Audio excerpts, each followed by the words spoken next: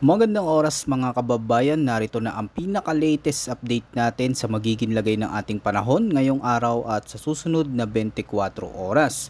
Patuloy na lumalapit ang bagyo na minomonitor natin sa may silangan ng bansa at sa ngayon ay isa na itong ganap na super typhoon category at inasahang papasok na sa Philippine Area of Responsibility sa mga susunod na araw. Alamin natin ang latest development sa direksyon nito para naman lagi kang updated sa lagay ng ating panahon, i-click mo lang ang subscribe button. Sa kasalukuyan, ang easterlies ang malaking weather system na nakakaapekto ngayon sa silangang bahagi ng Central Luzon, Southern Luzon at sa may Visayas. Bukod dito, may super typhoon sa labas ng Philippine Area of Responsibility na may international name na Bavi na kumikilos sa kanlurang bahagi ng Northern Luzon at parating na sa bansa.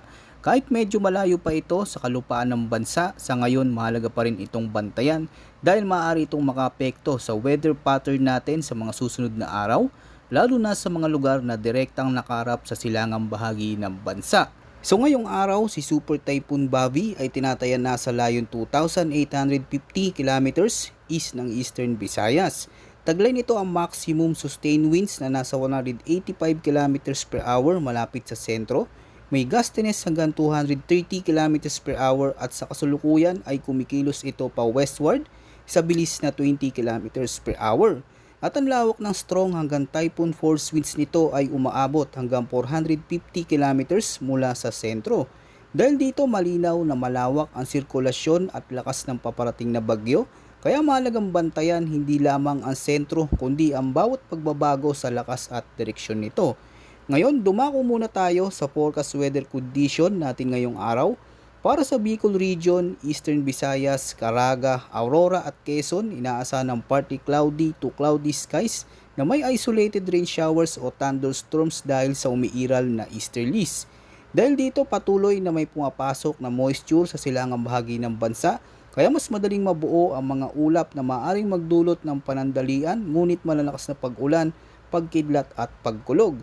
Gayunpaman hindi ito nangangahulugan ng sabay-sabay ang pag-ulan sa buong rehiyon. Posibleng magsimula ang araw na may bahagyang maulap na kalangitan, ngunit pagsapit ng tanghali o gabi ay maaaring mabilis na mabuo ang mga kapal na ulap at magkaroon ng biglaang thunderstorms. Dahil dito mataas ang posibilidad ng biglaang pagbaha at pagguho ng lupa lalo na sa mga mababang lugar at mga komunidad na malapit sa gilid ng kabundukan. Sa Bicol Region, maging alerto lalo na sa oras ng hapon kung kailan mas aktibo ang pagbuo ng thunderstorm cells na maaaring magdala ng malakas na buhos ng ulan sa ilang lugar. Sa Eastern Visayas, dahil direktang nakarap ito sa silangang bahagi, mas ramdam ang epekto ng easterlies. Posibleng makaranas ng bigla ang pagdilim ng kalangitan na susundan ng malakas ngunit panandali ang pag-ulan. Ganon din ang sitwasyon sa Caraga kung saan ang mga lalawigang nakaharap sa silangan ay patuloy na sumasalo ng maraming moisture mula sa dagat, kaya mas mataas ang tsansa ng isolated rain showers at thunderstorms. Samantala sa Aurora at Quezon, inaasahan din pabago-bago ang lagay ng panahon. Maaring maging tahimik at maaraw sa umpisa ng araw, ngunit mabilis ding magbago ang kondisyon kapag naging mas aktibo ang pagbuo ng mga ulap. Dahil dito nanatili ang banta ng flash floods at landslides kung sakaling magkaroon ng matitinding thunderstorms. Kaya mga residente sa mababang lugar, tabing ilog, tabing sapa at mga paanan o gilid ng bundok ay pinapayuang manatiling alerto sa posibilidad ng biglaang pagbaha at pagguho ng lupa. Samantala para naman sa Metro Manila at sa nalalabing bahagi ng bansa, ang forecast ay partly cloudy to cloudy skies na may isolated rain showers o thunderstorms. Ang dahilan nito ay ang umiiral na localized thunderstorms. Ibig sabihin, ang mga pag-ulan ay nabubuo dahil sa matinding init ng panahon at mataas na humidity.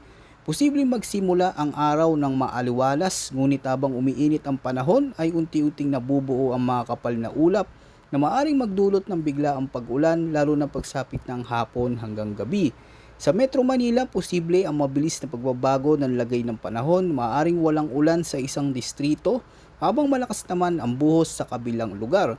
Kaya inaasahan din ang biglaang pagbagal ng daloy ng trapiko at pagbaba ng visibility sa mga pangunahing lansangan.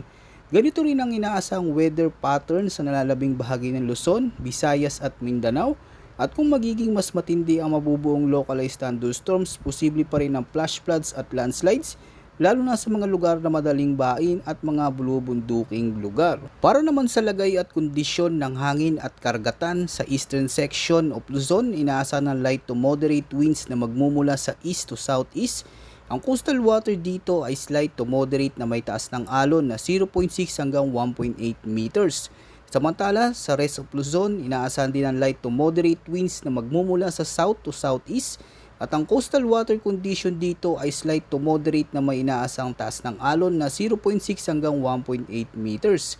Bagamat favorable sa karamihan ng mga gawaing pandagat ang ganitong kondisyon, mahalaga pa rin manatiling mapagbatyag sa anumang bigla ang pagbabago ng panahon, lalo na kung may pagkidlat at pagkulog na nabubuo sa malapit ng karagatan. Para naman sa Visayas at eastern section of Mindanao, inaasahan ng light to moderate winds na magmumula sa northeast to northwest. Ang coastal water dito ay slight to moderate na may taas ng alon na 0.6 hanggang 1.2 meters. Samantala, sa rest of Mindanao, inaasahan ng light to moderate winds na magmumula sa southwest to west. Ang coastal waters ay mananatiling slight to moderate na may taas ng alon na nasa pagitan ng 0.6 hanggang 1.2 meters. Dahil dito, pinapayuhan pa rin ng mga maliit na bangka at mga mangingisda na maging maingat, lalo na kung may nabubuong thunderstorm na maaring magdulot ng biglaang paglakas ng hangin at pag-alon ng karagatan. Ngayon, dumako naman tayo sa latest tropical cyclone threat forecast na inilabas ng Pag-asa sa week 1 mula July 2 hanggang July 8. Tuluyan ang nakalabas sa monitoring domain ang nakarang tropical cyclone na minumonitor natin at wala ng direktang epekto sa ating bansa. Pero may isa pang tropical cyclone like vortex o TCLB number 1 na inaasang papasok malapit sa silangang hangganan ng tropical cyclone information domain. Habang kumikilos ito pakanluran, inaasang tatahakin nito ang hilagang bahagi ng Philippine Sea sa loob ng Philippine Area of Responsibility. Sa kasalukuyang senaryo, lumakas na ito bilang super typhoon category at inaasang papasok sa PAR sa mga susunod na araw. Bagamat malayo pa ito sa kalupaan, mahalaga pa rin itong bantayan dahil maaari pang magbago ang lakas at magiging galaw nito sa mga susunod na araw. Pagsapit naman ng week 2 mula July 9 hanggang July 15, inaasang magpapatuloy ang pagkilos ng TCLB number 1 patungo sa extreme northern Luzon. Bukod dito, may isa pang binabantayan TCLB number 2 na posibleng mabuo sa silangang bahagi ng monitoring domain.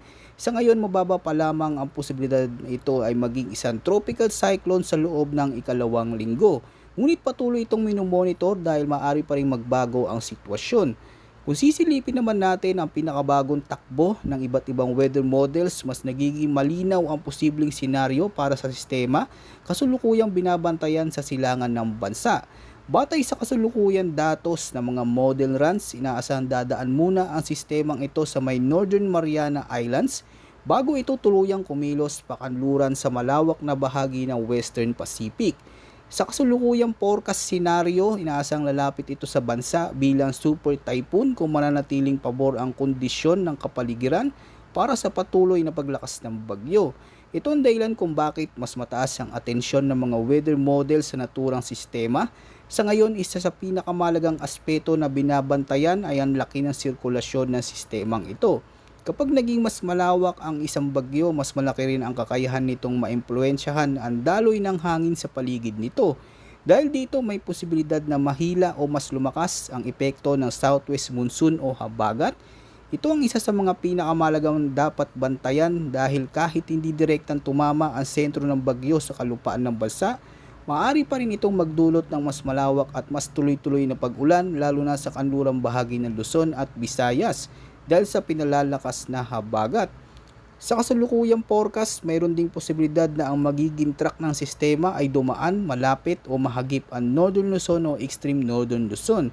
Gayunpaman, tandaan ng forecast na ito ay nakabatay sa kasalukuyang weather models at maaari pang magbago habang dumarami pa ang mga bagong observation at model updates. Patuloy naming babantayan ang bawat pagbabago sa lakas, galaw at posibleng epekto ng sistemang ito upang maibigay sa inyo ang wastong impormasyon. Maraming salamat sa inyong patuloy na pagtutok at huwag kalimutang mag-ingat.